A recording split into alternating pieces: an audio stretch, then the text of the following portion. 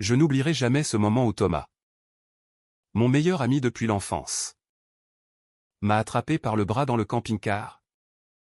Ses yeux brillants d'une intensité que je n'avais jamais vue. Et m'a murmuré, « Octave, ce n'est pas juste une douche. C'est le début de quelque chose que ni toi ni moi ne pourrons effacer. » Mon cœur s'est arrêté. Piégé entre la peur de l'inconnu et l'attraction irrésistible vers cet homme que j'avais toujours considéré comme un frère. Dans un monde où l'amour entre deux hommes pouvait encore briser des vies. Et pourtant, à cet instant précis, au milieu des routes sinueuses de Provence, je savais que notre histoire serait faite de passions dévorantes, de trahisons qui lacèrent l'âme, et de choix qui nous forceraient à affronter nos démons les plus profonds ou une odyssée LGBT qui vous fera trembler de rage et d'empathie. Impossible à lâcher. Je m'appelle Octave. Et tout a commencé lors de ce voyage improvisé en camping-car à travers la France. Nous étions en été 2023. L'air chargé du parfum des lavandes en Provence. Et Thomas, mon ami d'enfance, avait insisté pour que nous partions ensemble. « Octave, tu passes trop de temps enfermé dans ton atelier de peinture à Paris. Viens. On respire l'air frais. On oublie tout. » m'avait-il dit au téléphone. Sa voix enjouée masquant peut-être déjà quelque chose de plus profond. J'avais accepté, sans me douter que ce périple marquerait le début d'une tempête émotionnelle. Nous avions loué ce vieux camping-car à Marseille. Un véhicule brinque-ballant mais charmant, avec ses rideaux à fleurs et son minuscule coin cuisine.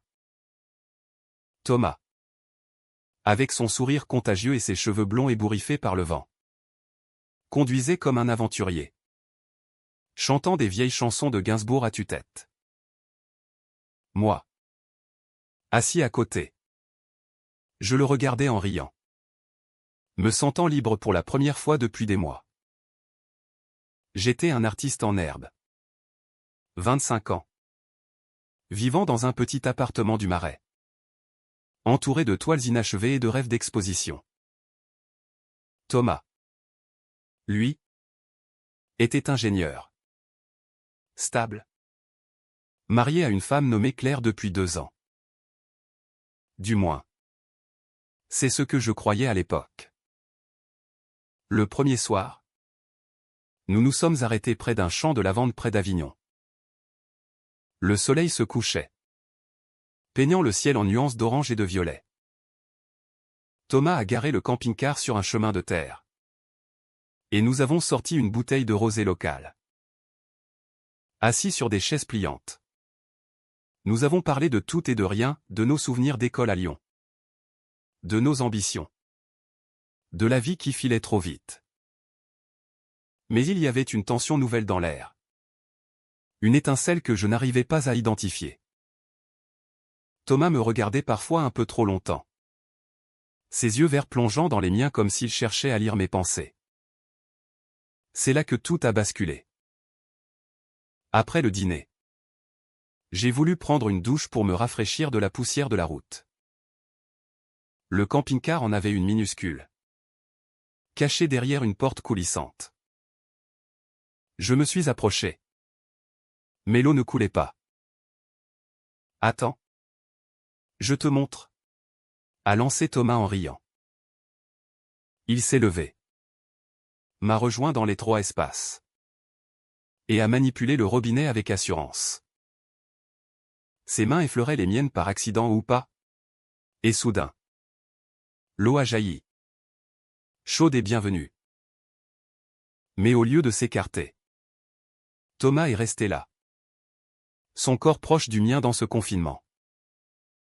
Tu vois, Octave, parfois il suffit d'un petit geste pour que tout change. A-t-il murmuré. Sa voix basse est chargée d'émotion. Mon pouls s'est accéléré. Je l'ai regardé. Et pour la première fois, j'ai vu en lui non pas l'ami fraternel, mais un homme attirant.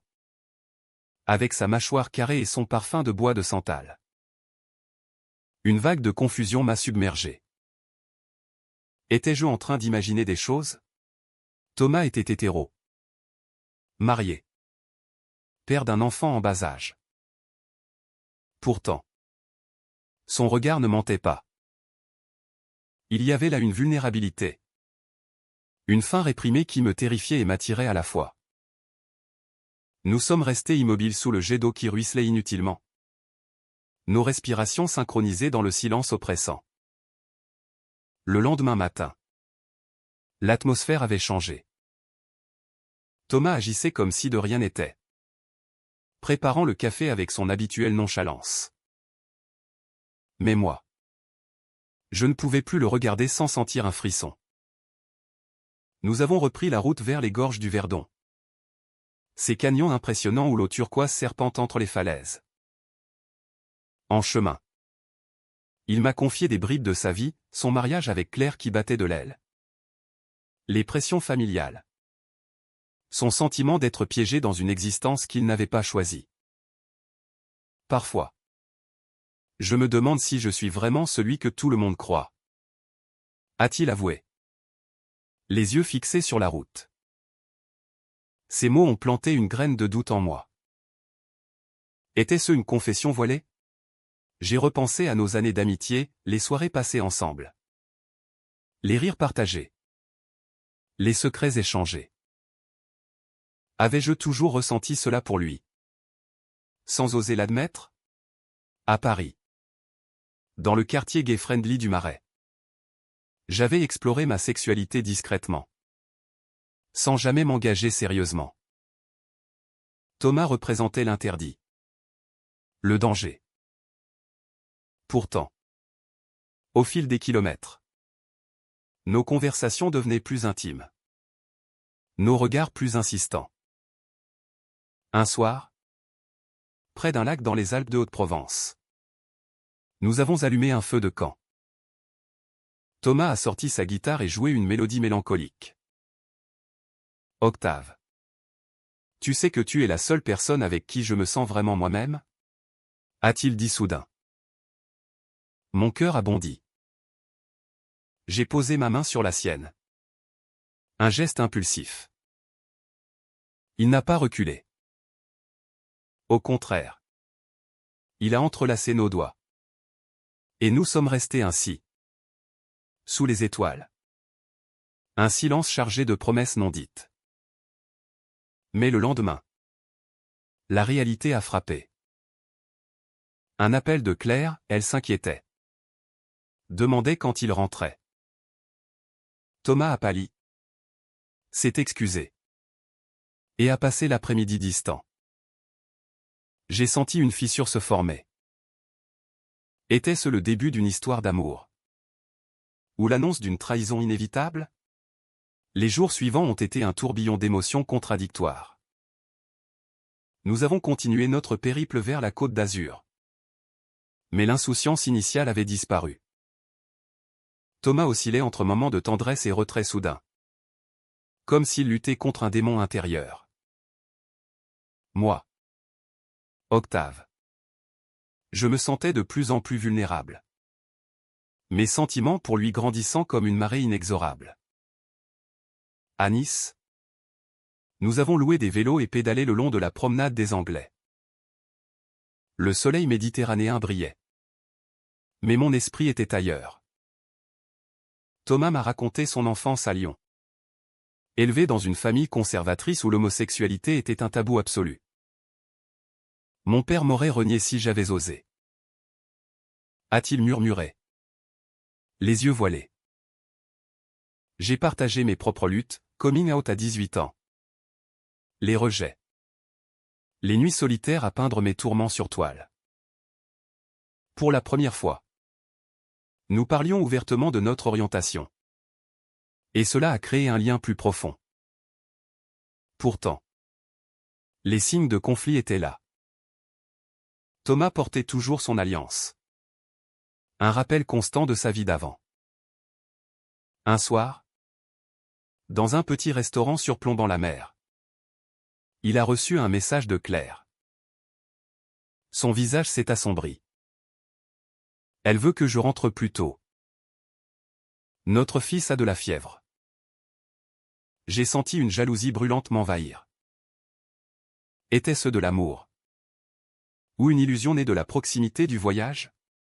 Malgré tout, les moments magiques persistaient. Une nuit. Sous une pluie d'été à Antibes. Nous nous sommes réfugiés dans le camping-car. Trempés. Riant. Nous nous sommes changés. Thomas m'a aidé à enlever mon t-shirt mouillé. Ses doigts effleurant ma peau. Nos regards se sont croisés. Et pour la première fois, il m'a embrassé. Un baiser doux. Hésitant. Chargé d'années de répression. Mon monde a basculé. Octave. Je ne sais pas ce que je fais. Mais je ne peux plus le nier. A-t-il chuchoté. À partir de là, notre relation a évolué en secret. Des caresses volées. Des confessions murmurées dans l'obscurité. Mais la culpabilité rongeait Thomas. Il parlait de Claire avec remords. De leur mariage arrangé par les familles. Elle est innocente dans tout ça. Je l'aime. Mais pas comme je t'aime toi. Ces mots me blessaient et me ravissaient à la fois. J'étais amoureux. Follement. Mais conscient du chaos que nous semions. De retour vers Paris. Les tensions ont monté. À Fontainebleau. Nous avons une autre première dispute. Thomas voulait arrêter. Rentrer chez lui. Prétendre que rien n'était arrivé. Octave. C'est impossible. J'ai une famille. A-t-il crié. J'ai explosé, et moi? Je suis quoi pour toi? Une parenthèse? Les larmes coulaient. Et nous avons passé la nuit séparés. Moi dans le camping-car. Lui marchant sous la lune. Le lendemain. Il s'est excusé. M'avouant son secret le plus sombre, il avait déjà eu une liaison avec un homme à l'université. Mais l'avait réprimé par peur. J'ai épousé Claire pour me normaliser. Mais toi. Octave. Tu as tout réveillé.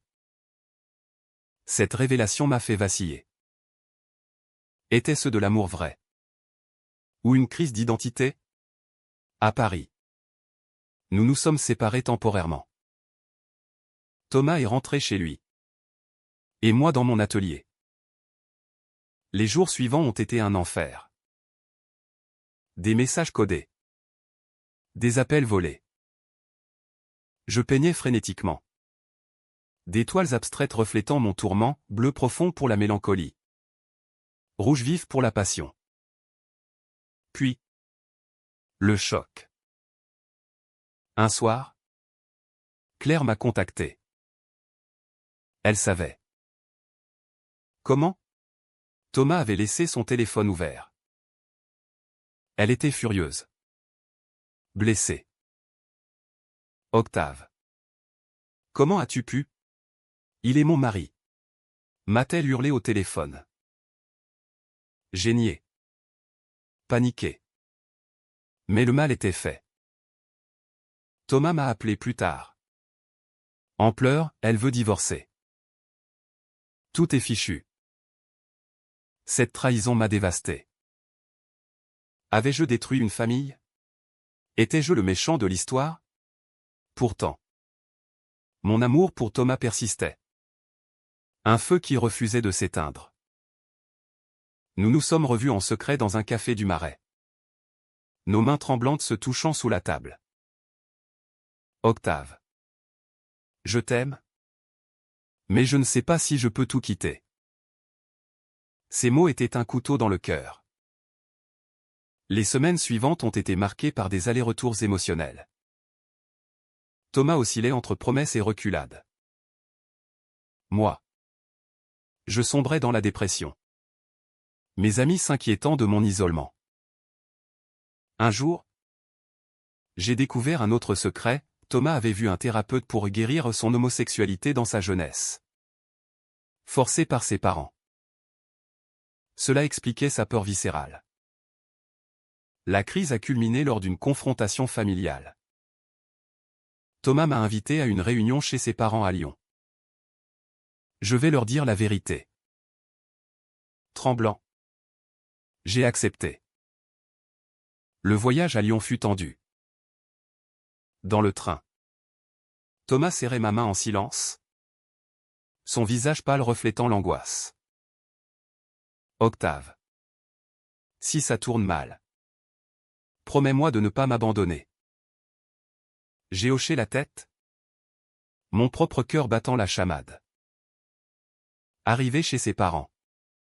Une maison bourgeoise aux volets bleus. L'atmosphère était lourde. Sa mère, une femme élégante aux cheveux grisonnants, nous a accueillis avec un sourire forcé. Son père, un retraité strict, nous a scrutés d'un œil suspicieux. Autour de la table du dîner, Thomas a pris une profonde inspiration. Papa. Maman. Je dois vous dire quelque chose. Je suis gay. Et j'aime Octave. Le silence qui suivit fut assourdissant. Sa mère a porté la main à sa bouche. Les larmes aux yeux. Son père a explosé, c'est une blague? Après tout ce qu'on a fait pour toi? Le mariage? L'enfant? Tu nous déshonores. Les mots volaient comme des poignards. Thomas a tenté de s'expliquer.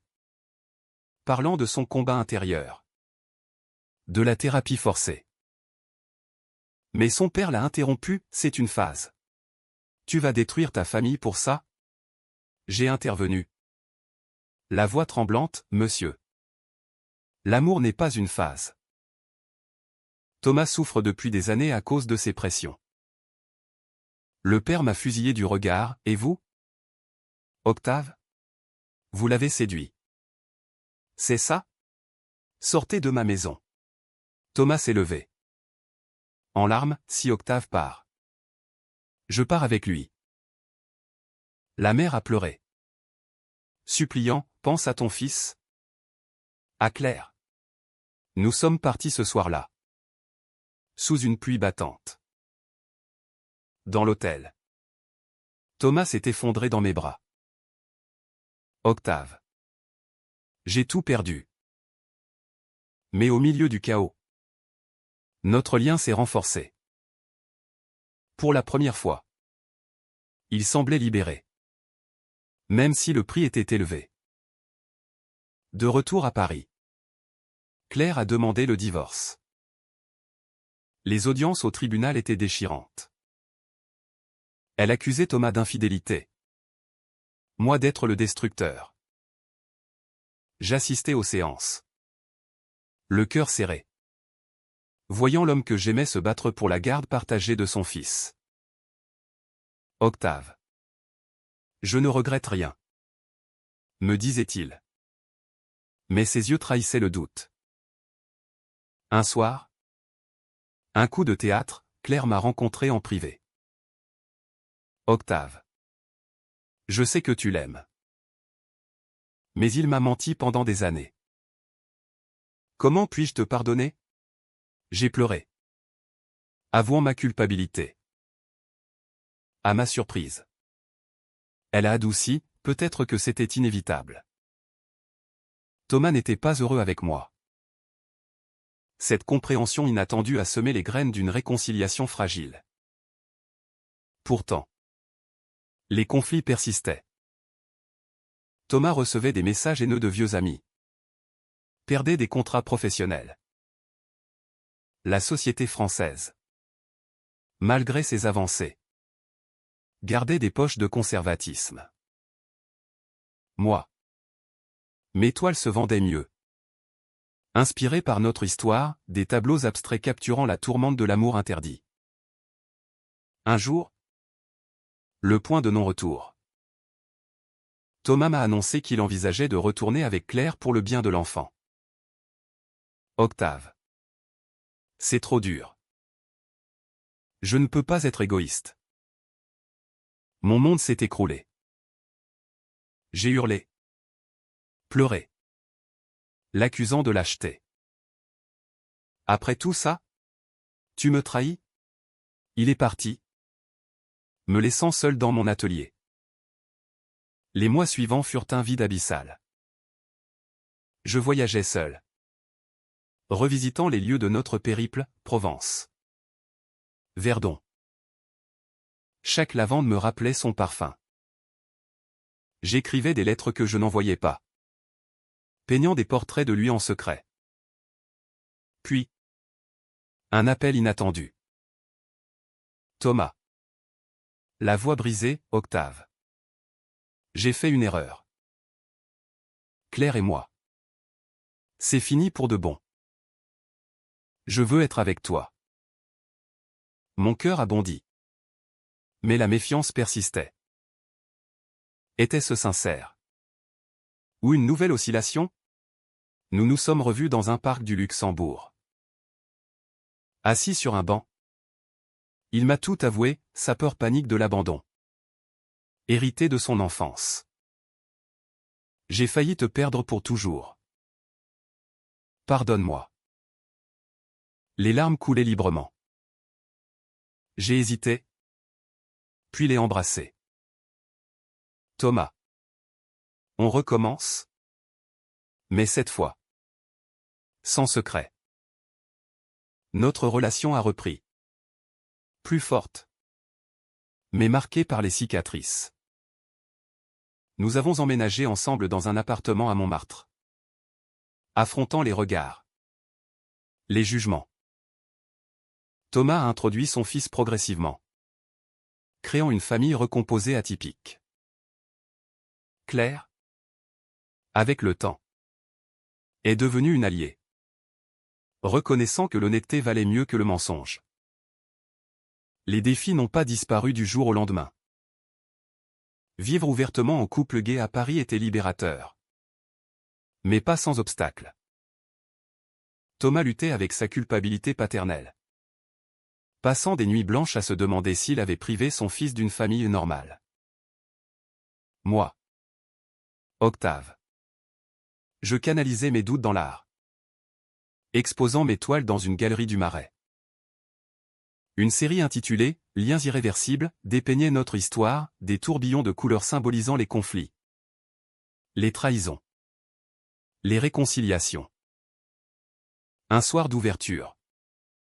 Thomas était à mes côtés. Fier mais nerveux.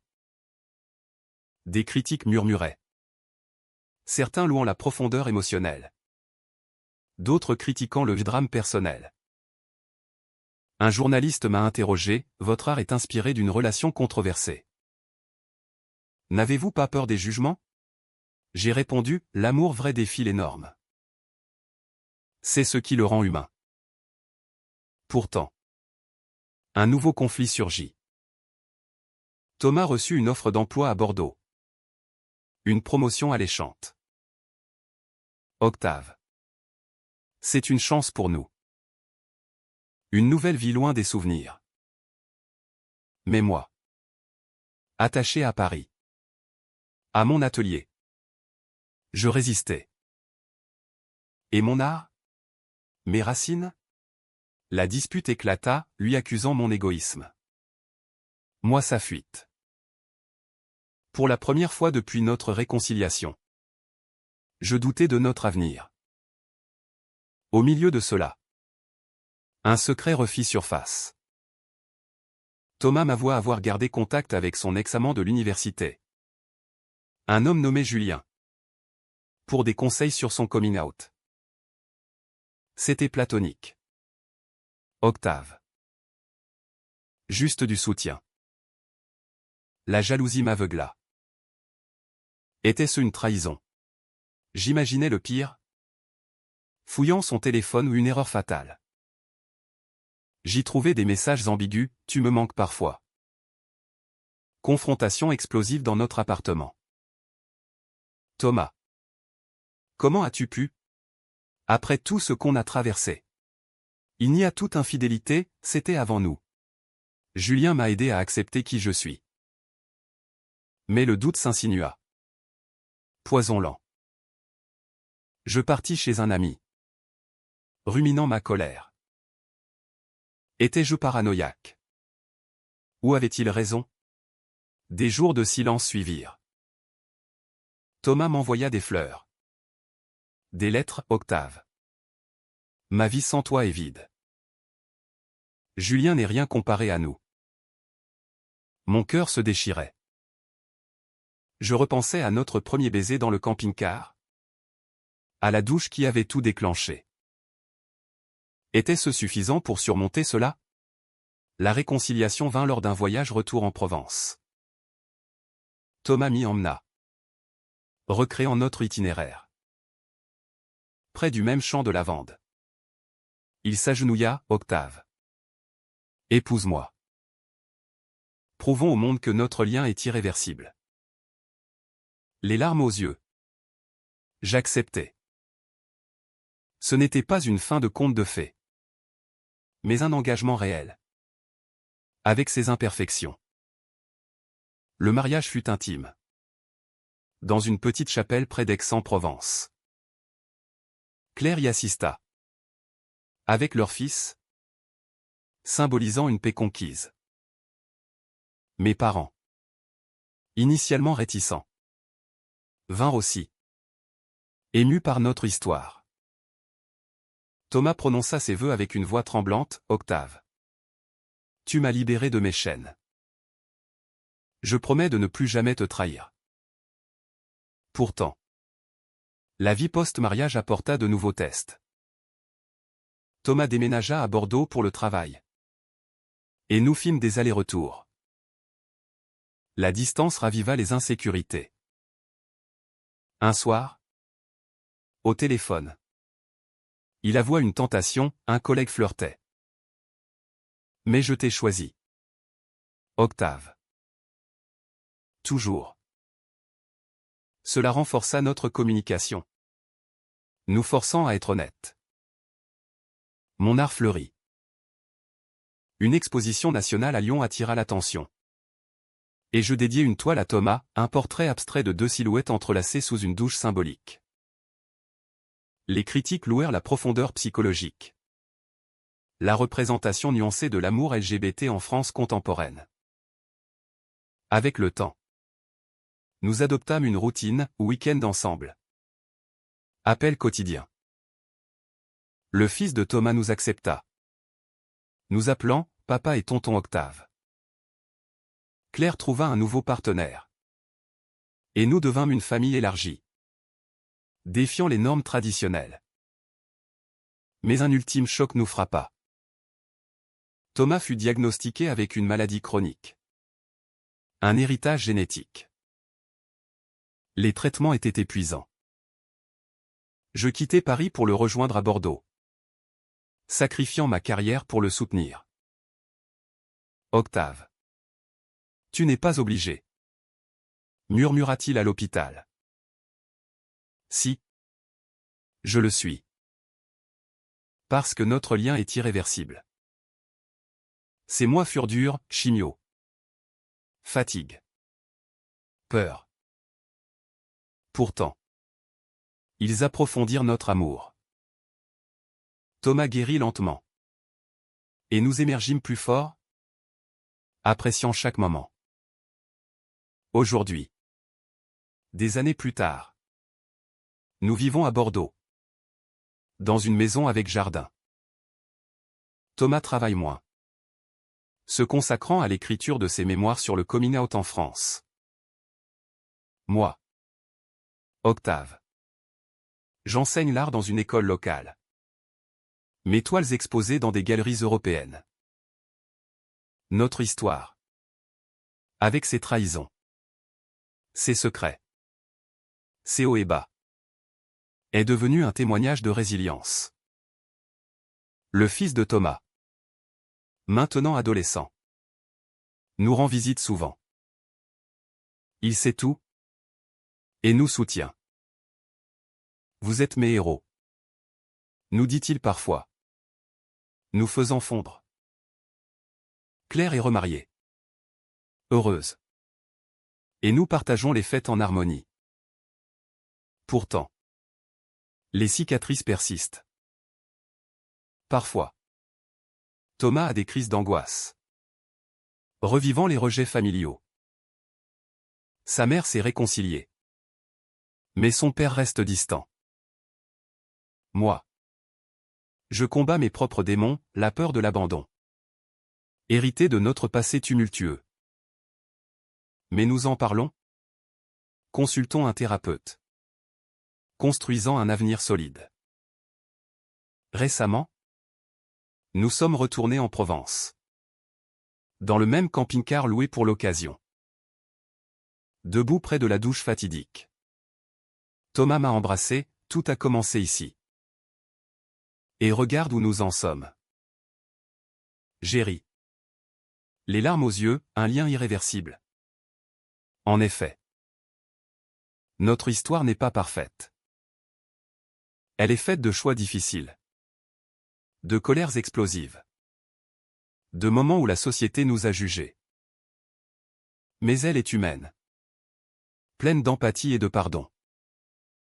En France, où l'amour gay est légal mais pas toujours accepté, nous représentons l'espoir que l'authenticité triomphe sur le mensonge. Si je pouvais revenir en arrière, changerais-je quelque chose? Peut-être pas. Les douleurs nous ont façonnés.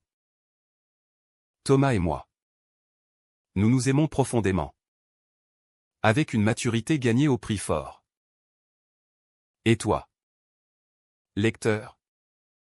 Souviens-toi, l'amour vrai défie les tempêtes. Il guérit. Il transforme. Notre Odyssée. Née d'une simple douche dans un camping-car. En est la preuve vivante.